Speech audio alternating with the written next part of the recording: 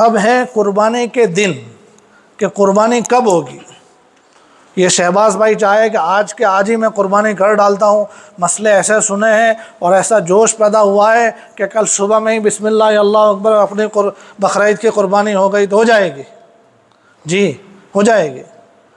जैसे हज के लिए एक ख़ास टाइम होता है, उस टाइम पे ही हज होगी, ख़ास जगह है उसी जगह पर हज होगी। ऐसे कुर्बानी में भी कुछ नियम बनाए गए हैं कि भाई इन्हीं दिनों में और इसी तरीक़े से। तो कुर्बानी के ऐसे दिन हैं, 3 दिन है, 10 ज़िलहिज्जा, 11 ज़िलहिज्जा और 12 ज़िलहिज्जा। 12 के बाद 13 भी है कि नहीं है भाई? 13 ज़िलहिज्जा को कुर्बानी होगी कि नहीं होगी? जी तुम्हारे यहाँ नहीं होती? कुछ लोग यहाँ गलत फहमी का शिकार हो जाते हैं कि तकबीर तशरीक 13 तक चलती है तो कुर्बानी भी 13 तक। तकबीर तशरीक अलग चीज़ है, कुर्बानी अलग है। कुर्बानी 10, 11 और 12 की शाम तक, ये 3 ही दिन है कुर्बानी के। इन 3 दिनों में कुर्बानी करनी है, उसके अलावा नहीं। उसमें भी जो शहर में रहते हैं, जैसे आप लोग शहर में जहाँ ईद की नमाज़ें होती है, वहाँ पर 10 तारीख को जब तक ईद की नमाज ना हो जाए तब तक कुर्बानी नहीं हो सकती। पूरे शहर में एक जगह पर भी अभी ईद की नमाज नहीं हुई तो कुर्बानी नहीं होगी अभी। हाँ, गांव देहात में जहाँ ईद की नमाज नहीं होती, वहाँ 10 तारीख की सुबह सादिक हुई, 10 ज़िलहिज्जा की सुबह सादिक यानी फजर का टाइम स्टार्ट हो गया, तो वहाँ कुर्बानी हो सकती है गांव वालों की। लेकिन शहर वालों के लिए इनकी कुर्बानी ईद की नमाज जब तक ना हो जाए तब तक नहीं हो सकती। हाँ, शहर में किसी एक जगह भी ईद की नमाज हो गई तो अब पूरे शहर के सब लोगों की कुर्बानी हो सकती है, चाहे अभी अपनी खुद की ईद की नमाज बाकी है। जैसे इस मस्जिद में ईद की नमाज का टाइम रखा हुआ है बिल्कुल इशराक की 10 मिनट के बाद। इशराक का जो टाइम होता है, ईद के दिन तो इशराक होती ही नहीं, कि भाई जैसे टाइम हुआ उस दिन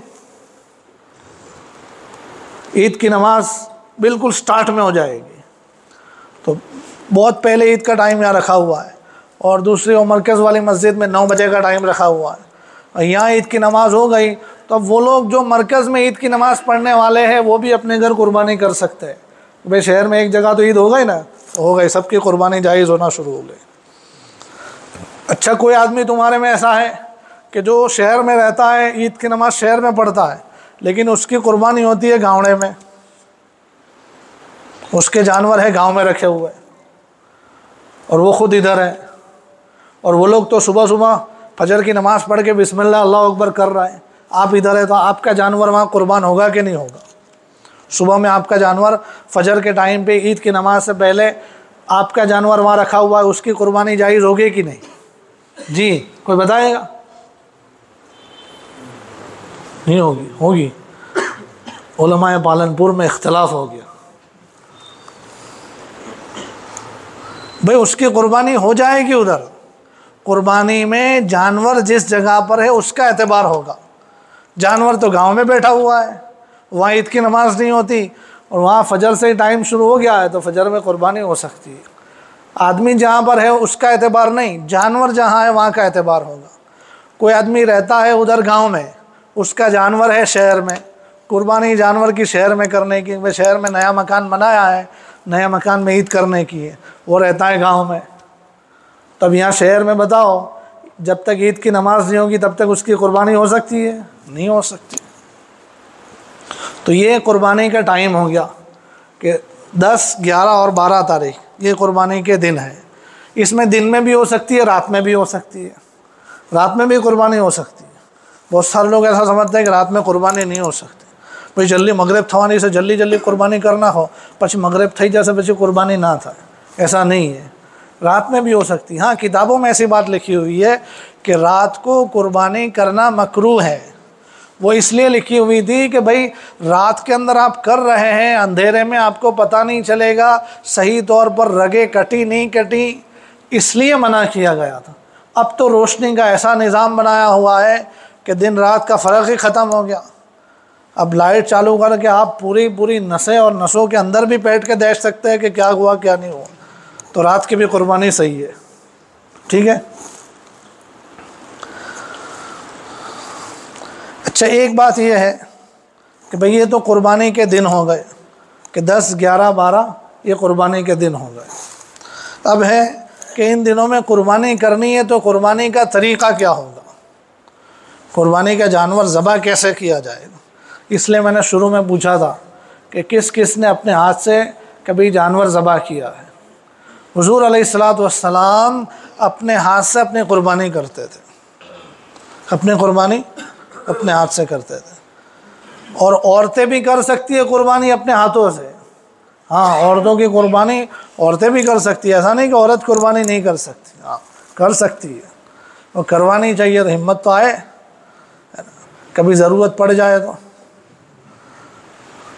हुज़ूर अलैहिस्सलातु वस्सलाम ने हज़रत फ़ातिमा रज़ी अल्लाह ताला अन्हा से फ़रमाया कि तेरी कुर्बानी हो रही है, उस वक़्त तू सामने आके खड़ी रहे कुर्बानी के सामने, इसलिए कि कुर्बानी के खून का एक कतरा ज़मीन पर गिरता है और जिसकी कुर्बानी हो रही है उस शख्स के पूरे गुनाह अल्लाह ताला माफ़ कर देते।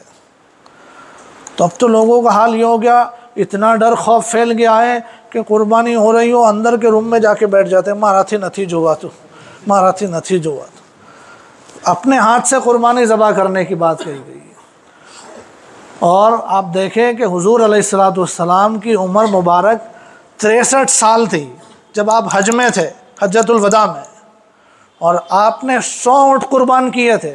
उसमें से 60 से ज़्यादा ऊँट तो अपने हाथों से नहर किए थे।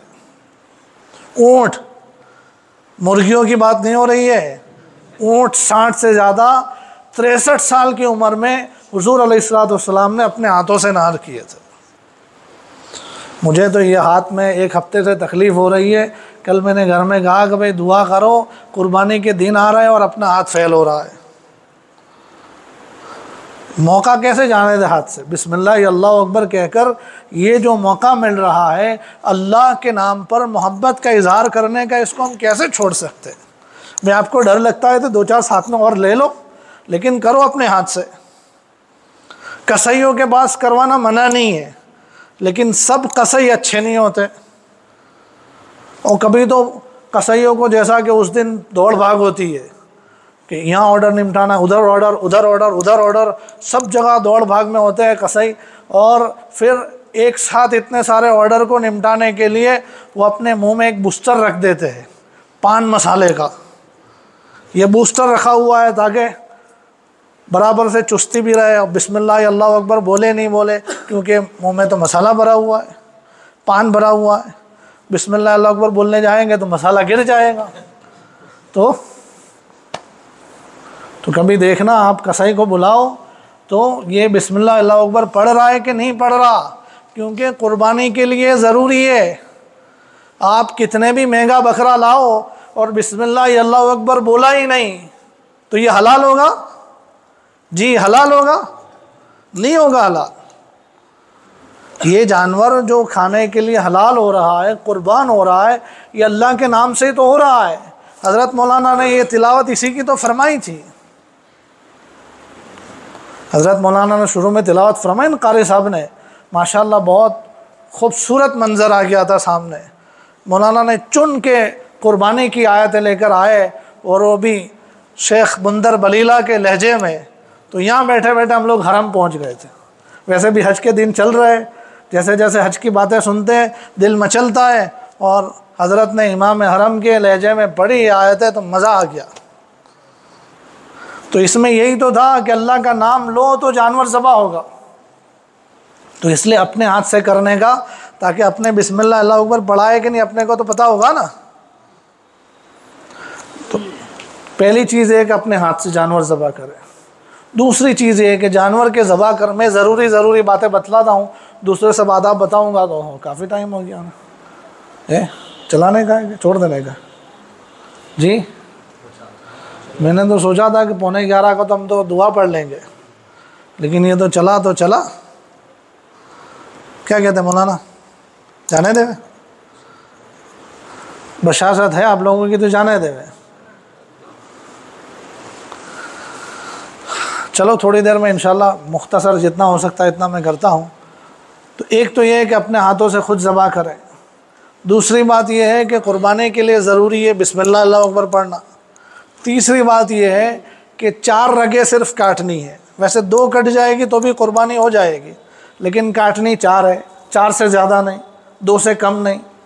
ये जो 2 मेन रगें होती है, एक पानी की और एक दाने की, ये जो 2 मेन रगें हैं ये काटनी होती है, और उसके साथ 2 रगें और सपोर्ट की लगी हुई होती है। तो ये 4 रगें, इससे ज़्यादा नहीं। तो आपको पता नहीं चलता, तो जो पता चलने वाले हो ना उसके साथ, और वो कट ही जाती है। जब आप छुरी चलाते हो बिस्मिल्लाह अल्लाहु अकबर बोलकर, तो जो ज़रूरी है 2 रगें तो वो तो कट ही जाती है। अच्छा, इसका मुख्तसर तरीक़ा सुन लो कि जब आप जानवर ज़बह करना चाहते हैं कुर्बानी के लिए, तो उसका तरीक़ा ये है कि जानवर को पहले अच्छे से खिला दो पिला दो, और जानवर को ज़बह करने से पहले छुरी वुरी सही तौर से तेज़ करके ले आओ। और जानवर को हमें अल्लाह के नाम पर कुर्बान करना है, इसका मतलब नहीं है कि इसने कोई गुनाह किया और उसको सज़ा देना है। कुछ लोग ऐसा सुनने में आया कि जानवर के सामने छुरी, हाँ कल तो तारी खैर न थी, हाँ आज तो तू खाई ले जे खाओ, कल तारी खैर न थी। तो ये कोई सज़ा देने की बात है? इसलिए हमें, आप देखें, इस्लाम में ये तालीम दी गई है कि जानवर को ज़बह भी इस तरीके से करना है कि कम से कम तकलीफ़ पहुँचे, और उसके सामने छुरी लेकर जाना या दूसरा जानवर उसके सामने ही काटना या उसको तकलीफ़ देना नहीं है। तो एक ज़बह कर रहे हो तब दूसरे को छुपा दो, जब उसकी बारी आएगी तो खुद कट जाएगा। उसको को बताना ज़रूरी है कि जो तारो भाई क्यों ना मैं तारो वारो। तो अच्छे से छुरी तैयार कर ले, खिला दें पिला दें। फिर उसके बाद जब उसको कुर्बान करना है लिटाने के लिए, तो इस तरीके से लिटा है कि उसके पैर सब किबला की तरफ, पैर किबला की तरफ होगी, तो इससे इसका ये गला जो काटने का है वो किबले की तरफ होगा। ये ज़रूरी नहीं है, मुस्तहब और सुन्नत है। वरना आप लिटाओ इस तरीके से और मुंडी ऐसा करो, जैसा कि आमतौर से यहाँ लोग ऐसा ही करते हैं कि गिराते इस तरफ और फिर पकड़ के मुंडी ऐसा कर देते ताकि रग नज़र आ जाए, तो वो भी कर सकते हैं। लेकिन बेहतर ये है कि क़िबले की तरफ पैर करके लेटाए, गर्दन भी क़िबले की तरफ हो गई, और उसके बाद फिर बिस्मिल्लाह अल्लाहु अकबर इतना बोलना ज़रूरी है। इसके अलावा आप और जो दुआएँ हैं कि इन्नी वज्जहतु वजहिय लिल्लज़ी फ़तरस समावाति वल अर्ज़ हनीफ़न वमा अना मिनल मुशरिकीन इन्न सलाती व नुसुकी व महयाय व ममाती लिल्लाहि रब्बिल आलमीन ला शरीक लहु व बिज़ालिका उमिरतु व अना मिनल मुस्लिमीन अल्लाहुम्मा तक़ब्बलहु मिन्नी कमा तक़ब्बलत मिन हबीबिक व खलीलिक इब्राहीम अलैहिस्सलाम। ये इतनी सी दुआ अगर आती है, नहीं आती कागज़ में देखकर, किताब में देखकर पढ़ लें, और नहीं पढ़ेंगे तो भी चलेगा, लेकिन बिस्मिल्लाह अल्लाहु अकबर के बगैर नहीं चलेगा। अल्लाह का नाम लेना है और उसके साथ ज़बह कर देना है। जब ज़बह हो गया, 4 रगें कट गई, उसके बाद जानवर को छोड़ देना है, थोड़ी देर के लिए तड़पने देना है। ये जो तड़पता है जानवर थोड़ी देर के लिए, उसकी वजह से उसके अंदर से जो खून है ना, रगों के अंदर दौड़ता हुआ दमे मसफू, ये निकल जाता है, जो नापाक खून है, और ये निकल जाता है तो पूरा गोश्त पाक और साफ़ हो जाता है। अब आपने यहाँ ज़बह किया और ज़बह करके फ़ौरन ही आप उसकी खाल उतारने के लिए आप उसको ले गए, उसको आपने तड़पने नहीं दिया, ठंडा नहीं होने दिया, तो फिर ये निकलने वाला खून निकला नहीं और वो गोश्त के अंदर चला गया। और गोश्त के अंदर खून चला जाएगा तो गोश्त को नापाक भी करेगा और बदबूदार, लज्जत भी ख़त्म, बीमारियाँ शामिल।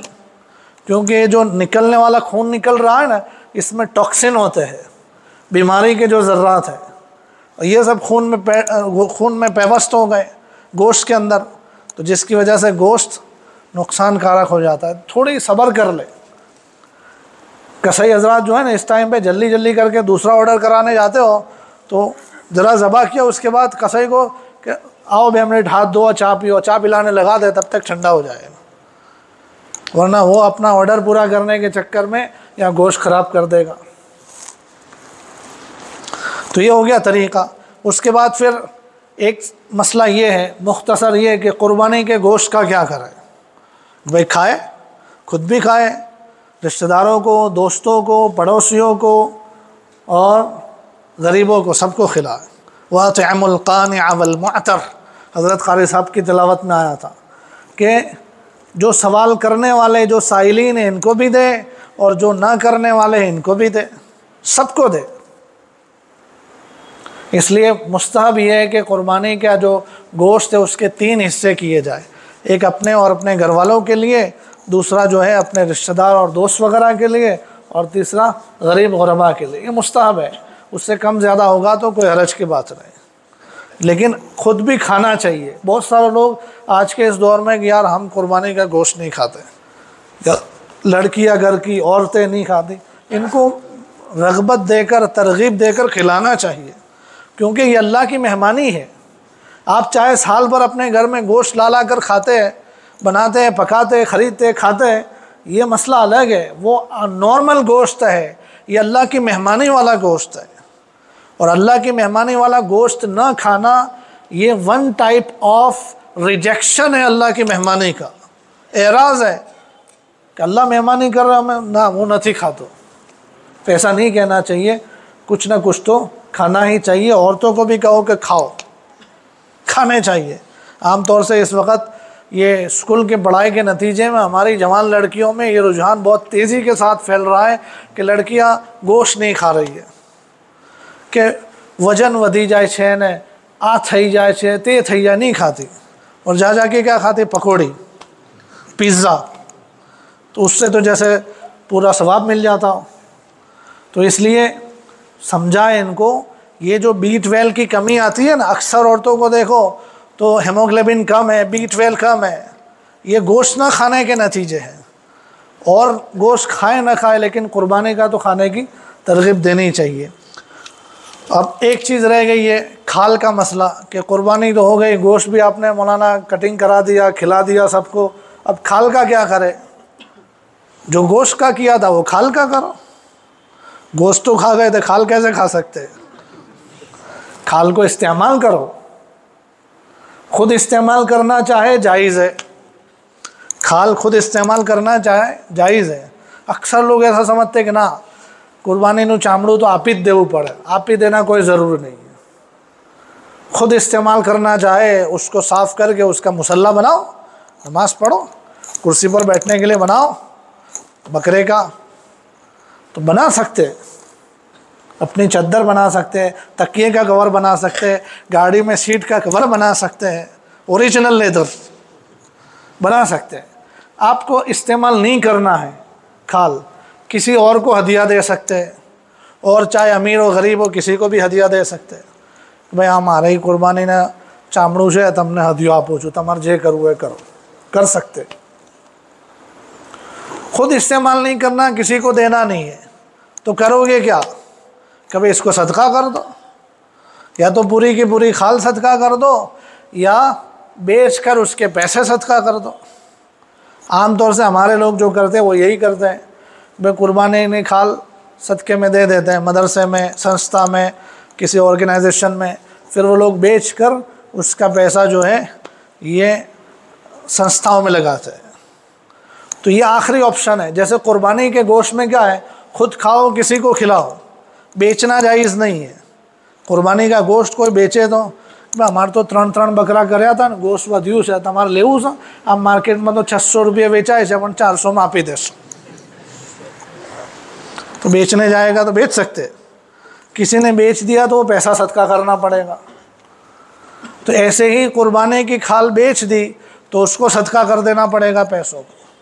और जो मदरसे वाले, संस्था वाले लोगों की खालें लेते हैं तो वो लोगों के वकील होते हैं इस बात के कि खाल बेचकर उसकी रकम सदक़े में लगा देंगे। तो सदक़े का मतलब ये होता है कि जहाँ ज़कात का पैसा चल सकता है उसी जगह पर खाल का पैसा चलेगा। जैसे ज़कात के पैसों से तामीर करना जायज़ नहीं, ज़कात के पैसों से पगार और तनख्वाह देना जायज़ नहीं, ऐसे ही चमड़े के पैसों से पगार करना, तामीर बनाना ये जायज़ नहीं है। तो ये मसले हो गए। अब एक बात रह गई खाली कि जो बड़े जानवर है इसमें हिस्से कितने लोगों के हो सकते हैं, और हिस्से वाली कुर्बानी के 2-3 मसले ज़रूरी वो बतला देता हूँ मैं। जो बड़े जानवर है, भैंस है, बाड़ा है, बैल, गाय वगैरह, ऊँट है, इसमें एक में मैक्सिमम 7 लोग शामिल हो सकते हैं। इसका ये मतलब नहीं है कि 7 लोग होंगे तो बड़े की कुर्बानी होगी, एक आदमी भी कर सकता है। जैसे मैं अपनी तरफ से एक बकरा कर सकता हूँ, अपनी तरफ से पूरा पाड़ा भी कर सकता हूँ। पाड़े में 7 और लाना ज़रूरी नहीं है, वो तो मैक्सिमम लिमिट है कि भाई तुम शरीक करना चाहते हो तो भाई 2 3 4 5 6 7 हो गए बस, ठीक है। 7 के बाद अब नहीं हो सकते, मैक्सिमम लिमिट है। इसका मतलब ये हुआ कि 2 आदमी मिलकर एक पाड़ा खरीदे, 20,000 का पाड़ा है, 10,000 मारा, 10,000 तारा, अपना बन्ने ने कुर्बानी कर दी है, हो जाएगी जी, हो जाएगी, कोई 7 लाना जरूरी नहीं है। इसी तरीके से 4 दोस्त मिल गए कि अपना भेगा था इन पाड़ो लाइन कुर्बान करिए ना, इन गोश्त अपना तकसीम करिए, अपनी कुर्बानी भी थी जाए ना, थोड़ो लोगों ने गोश्त भी पहुँची जाए। तो 4 आदमियों ने मिलकर 5-5 हज़ार निकाले, 20,000 का पाड़ा लाए, कर सकते, 4 की कुर्बानी हो जाएगी। इसी तरीके से 7 हो गए, लेकिन 8 9 ये नहीं हो सकते, मैक्सिमम 7 आदमी के 7 आदमियों की कुर्बानी बड़े जानवर में हो सकती है। अच्छा, इसमें जो 7 मिल रहे हैं, 7 की नीयत इबादत की होनी चाहिए, यानी इनकी जो बकरीद की कुर्बानी है वो इबादत है, तो बकरीद की कुर्बानी की नीयत हो या अकीके की नीयत हो। किसी का अकीका मार छोकरानो अकीको रही गयो है तो आमा करवो है, अकीका भी इबादत की नीयत है, या वलीमे की नीयत हो, वलीमा भी इबादत है। तो ये इबादत की नीयत होनी चाहिए 7 में से सबकी। किसी एक की भी इबादत की नीयत नहीं है तो मेरी तो कुर्बानी तो हो गई है, अकीका भी कराने का नहीं हो गया है, मैं तो खाली गोश्त लेने के लिए इसमें शामिल हुआ हूँ कि भाई ये 2,000 रुपये का हिस्सा बन रहा है, दे देते हैं और गोश्त आ जाएगा अपने पास। गोश्त लेने के हिस्से, गोश्त लेने की नीयत से कोई जुड़ा है 7 कुर्बानी में, तो किसी की भी कुर्बानी सही नहीं होगी, एक की भी सही नहीं होगी। इसी तरीके से जुड़ने वाला कोई आदमी गैर मुस्लिम है कि उसको भी शौक़ हो गया कि चलो अपना भी पुण्य करिए, वो 2,000 रुपये लेकर शरीक हो गया हिस्सा देकर, तो एक की भी सही नहीं होगी, बाकी 6 की कुर्बानी सही नहीं होगी। तो जिन लोगों के अकायद सही नहीं है, चाहे कहने में वो मुस्लिम कम्युनिटी के कहे जाते हैं, ऐसे लोगों को भी कुर्बानी में शामिल करने के बारे में एहतियात करना चाहिए कि भाई एक की वजह से बाकी 6 की कुर्बानी बिगड़ ना जाए। अच्छा, मिलकर कुर्बानी की, जैसा कि हिस्से वाली कुर्बानियाँ जो मदरसों की होती है, उसमें तो आम तौर से गोश्त सब तकसीम करने की नीयत से देते हैं, भाई हिस्सा आप ही दे दो, गोश्त तकसीम कर ही दे जो। लेकिन यहाँ मोहल्ले में 7 लोग जमा हो गए कि आपड़ा भेगा था, इन 7 भेगा थे, इन्हें कुर्बानी करी है, जानवर ना जे पैसा था ए, चारा ने जे पैसा था ए, अने कटिंग करवाना कसाई ना जे पैसा था ए, ये बद्धा भागे पड़ता अपना वेची देवाना, अने गोश्त जैसे ए भागे पड़तू लई जवानू। ऐसे 7 लोग शरीक हो गए तो 7 की इबादत की नीयत होना ज़रूरी है। दूसरे नंबर पर जब गोश्त तकसीम होगा तो गोश्त तकसीम करने के लिए अगर 7 कॉम्प्रोमाइज़ करते हैं, कहा भाई जेना जे लो ले लो, वांधो नहीं, तमारे वधार लेवो है, तमारा घर में वधारे लोको छे, तमारा मेहमान आवाना छे, वधार ले लो, अमने वांधो नहीं। कॉम्प्रोमाइज़ करते हैं तो कोई मसला नहीं, लेकिन 7 के ना हमारा हिस्सानो गोश्त जोइए, तो फिर उस वक़्त तकसीम वज़न से करना ज़रूरी है, अंदाजे से नहीं होगी। काटला आटला भाग पाड़ देगा, जो बद्दा भाग सरखा देखाई छे ना, सिर्फ दिखाई देने से नहीं चलेगा, उस वक़्त वज़न करना पड़ेगा सबका, वज़न के साथ तकसीम कर सकते हैं, वज़न के बगैर नहीं। हाँ, वज़न करने से छूटना है कि भाई आवा वजन काटो लेवा कहाँ जवानू, एना माटे कोई रस्तो है कि नहीं, तो एक रास्ता है उसका कि गोश्त आप तकसीम कर रहे हैं तो उस गोश्त के अंदर कलेजी डाल दो। कलेजी भी निकलेगी ना जानवर में से, अरे निकलती है कि नहीं यहाँ कलेजी, हमारे यहाँ तो निकलती है, और सबसे पहले उसका बिस्मिल्लाह या अल्लाह अकबर होता है ना। तो कलेजी जो निकली हुई है उसके टुकड़े करके कलेजी थोड़ी थोड़ी डाल दे, तो फिर अगर वज़न नहीं होगा तो भी चल जाएगा, थोड़ा कम बेश वज़न हो गया तो भी चलेगा। तो ये गोश्त की जो हिस्से वाली कुर्बानियाँ होती है, इसकी तकसीम की बात हो गई। तो ये मेरे ख़्याल से सारे मसाइल आ गए मौलाना, अब कुछ बाकी नहीं रह जाता, बाकी रह गया तो भी यहाँ बहुत सारे उलमा और मुफ्तियान किराम मौजूद है, आप लोग इनसे मालूम कर सकते हैं। शुरू में ही मैंने कहा था कि बुनियादी मसाइल आ सकते हैं, सारे मसाइल एक मजलिस में आना मुश्किल है।